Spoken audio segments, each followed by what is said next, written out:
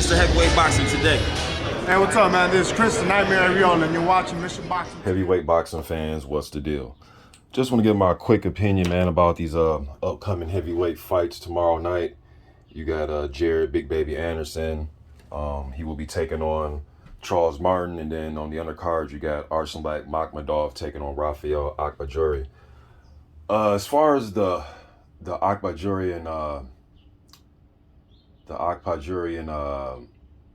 Makhmudov fight, that's a fight right there, man, where, you know, watching both of those guys fight, both of these guys are susceptible to getting hit with right hands. If you go back and just watch some Akpejiori fights, like the fight against Steve Lyons, even some of his other fights, man, like, he does get hit with right hands. Now, he later adjusts in those fights and doesn't get hit with quite as many, but especially early in the fights, man, especially those looping right hands.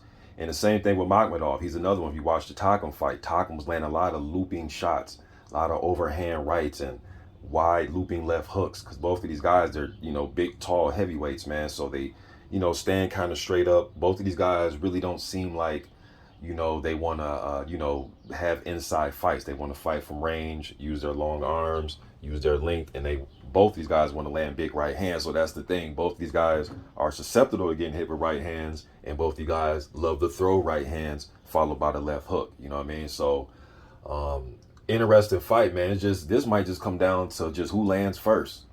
Like, it might just come down to who lands first, because even when I seen Akpejiori fight, was it Jamal Woods?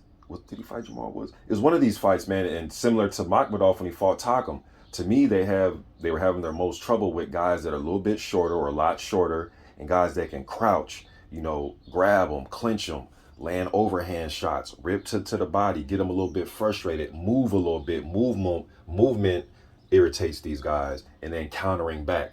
Now, either of these guys fight like that, you know, so they're going to be right there for each other to hit. And do not be surprised if you see both guys touch the canvas early. You know what I mean? Because like I said, especially early in fights, these dudes both get clipped with right hands a lot. Now, in their fights, because they're undefeated, they've been able to adjust. But going against another heavy-handed puncher, you know, both of them will they be able to adjust once they get hit by a clean right hand? You know what I'm saying? So, I'm going to probably go with Makhmudov because he has the amateur experience. We know Akpejiori, you know, was a college basketball player. You know, he gave his whole story at the weigh-in. And all of these guys, man, all 4 of these guys, actually, I've done prospect watch videos on, so go check those out if you haven't. But, you know, Makhmudov, he came up in the amateur system, and he has fought, because both these guys have fought pretty much journeyman-level guys, but he has fought the better of the journeyman guys, you know, guys that give you problems, you know, like the Bergmans and the Takams and guys like that, guys that'll slip and bend and roll and tie you up and make you think a little bit before you go in there and knock them out. But like I said, Akpejiori, you know, even did some time on the gridiron, played some, you know, American football, got picked up by, I think it said the Miami Dolphins, and he got waived, but hell, at least he made it to the training camp, right? So he is a natural athlete. But we know boxing is a different game. But he does have the road warrior, Glenn Johnson, in his corner, man. So you know Glenn is going to work him hard, get him prepared. But I think it's going to come down to just head movement and who lands a big right hand first with that fight. All right, now looking at the main event, Jared Anderson taking on Charles Martin. Now, I was waiting for the weigh-in because I was going to do a video about this yesterday. But I was waiting for the weigh-in to see what type of weight Charles Martin come in at. And I seen him at the presser, and I could tell he's in shape. But sometimes those press conferences, you know, you never really know until they step on the scale. And surprisingly came in at 250, which is a solid weight. Because I was thinking anywhere from 245 to 255 is a solid weight for him. Because those were the weights he was fighting Kaunaki and Anthony Joshua and the Luis Ortiz fight. I know his last fight against Vargas, he came in at about 260.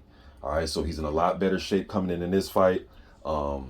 Listen to these guys at the press conference, man. Both these guys seem like they're mentally ready for this fight. I did see the special or the interview that Top Rank had with Jared Anderson and Roy Jones. And, you know, Anderson, you know, shed some tears, you know, questioning himself or just questioning how long he wants to be in the sport of boxing and things like that.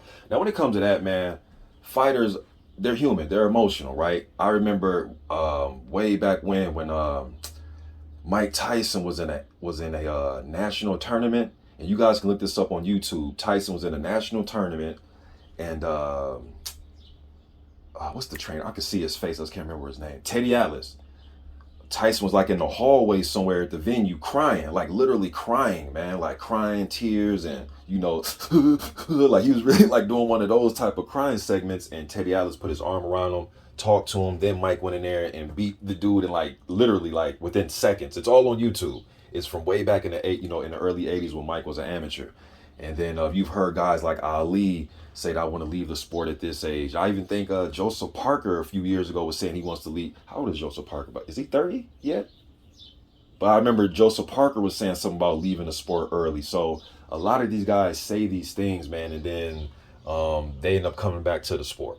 You know what I mean? Ray Leonard retired a whole bunch of times. You know, so they're emotional, man. They're just humans, man. You know, even going to another sports, Tom Brady was supposed to retire like every other damn year. Then he'll come back. Brett Favre. So athletes are athletes, man. So, but I don't like hearing it as a fan if I'm nitpicking, because you don't want a guy that you think is going to be the future of the heavyweight division to be talking about hanging him up, right? So as a fan, I don't like hearing it, but also as a fan, I know that these guys just talk, you know. So, but as far as the fight though, now, Charles Martin, with him, the big thing with him is going into looking at their styles. I know that Anderson, he can switch hit a little bit, right?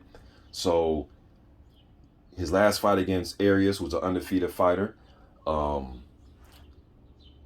If Jared Anderson he was just walking toward Arias and just beating him up, man. He was taking advantage of his jab, his size advantage. He was just walking towards him, slipping, hitting him with powers, like literally leading with power shots, and just he was leading with hard uppercuts, hard hooks, doing whatever he wanted to Arias, man. And Arias is a guy that's kind of mobile in the ring, but Anderson was cutting the ring off, and he was throwing hooks to kind of keep him in that cage. When he was trying to spin out, he hit him with a hook, bam, get back right back where I want you. You know what I mean? So touching him.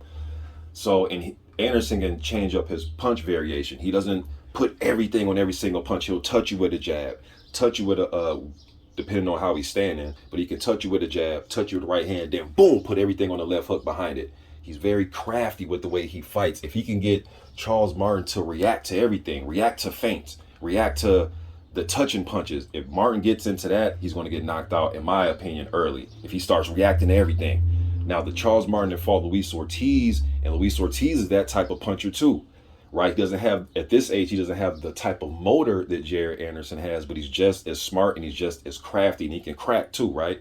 So Martin did a good job of not reacting to every little feint that Ortiz was laying on. Now, he ended up getting stopped in that fight, but he also made Luis Ortiz take some leather as well, put him down and everything, all right? He just got caught, all right? But I think that for the best way to Charles Martin to win this fight is he has to throw punches in the exchanges. He can't just sit there and put high guard up and let Jared Anderson just touch him, boom, and come with hard shots, but behind the touching punches, setting him up. I just don't think he can win that fight going backwards like that. All right, with the high guard, I think he's going to have to throw when Jared is throwing. Because if there's one thing that Charles Martin can do at the very least, whether you think, diddly squat about his skill set, he can crack. He can at least crack, you know what I mean? So if anything, he can rely on his power and try to punch in the exchanges. But if he tries to go high guard, take a step back, try to absorb, take a step back, try to absorb and stuff like that, I think he's going to get knocked out early doing that, man. So I think he's going to have to really pump that jab out there and try to find a home for that left hand. I even heard Jared Anderson say that his toughest fight up to date was the eBay fight, or the Abe fight, right? Or the eBay fight. And look at the punch that he got hit with, because he even said he got hit with a good shot and he had to regroup. It was a left hand. It was a left hand with him coming forward, and eBay just threw back, right? So I think that Charles Martin has probably a heavier left hand than eBay, in my opinion, at least watching it.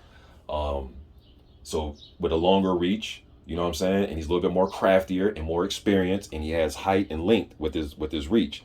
So I think he needs to punch in the exchanges, and he's going to really have to keep his hands up, man, and watch how he's bringing that jab. If he pumps that jab out there, you got to watch how you bring it back, because if you bring it back low, Jared Anderson's going to take advantage of that, man. But it's going to be a good fight, especially the first couple rounds, because I'm serious to see what type of approach Charles Martin takes. Will he get overwhelmed like he did in the Anthony Joshua fight? Right now, he does have some losses. The AJ fight, the Luis Ortiz loss, and a Kanaki loss. Now, the Kanaki loss, That one, man, that was a good fight. I gave Kanaki that fight 6 rounds to 4. Martin actually was coming on at the end. Had that been a 12 rounder, he probably could have pulled that fight out, in my opinion at least. But the reason and the way he was coming back, he started letting his hands go. Started to let his hands go and make Kanaki. We know you can literally stand at the top of the bleachers and throw a bottle in the ring, and somehow, some way, it's going to hit Kanaki, right? But he was catching Kanaki and taking advantage of the lapses in defense that Kanaki has. So I'm still pick Anderson, man, because he has the youth. And some way, man, I think he's going to make Charles Martin just react to his feints and just react to certain punches. But I wouldn't be surprised if he was to touch the canvas, because Charles Martin can crack. He can. And if you try to just only try to box him, he can stay in there. It's the guys that overwhelm him. Kanaki was overwhelming him early. AJ went in there and just overwhelmed him. Luis Ortiz was a little bit more crafty with his approach. And I think Jared's going to kind of take a little bit of what AJ did and a little bit what Luis Ortiz done, because I think he can do both of them. I think he can overwhelm you, and I think he's crafty as well, especially when he goes to southpaw. He's very crafty in landing single shots. All right. As far as fighting on the inside, I would give that to Jared Anderson. I think he can dig, and he likes to work both hands on the inside. He doesn't go to the clinch. He'll get right there with you and go shoulder to shoulder and try to get you up out of here. I think he's a better inside fighter than Charles Martin. But heavyweight division, man, anything can happen. Just my little quick opinion about these upcoming heavyweight fights, man. Y'all be easy. I'm gone.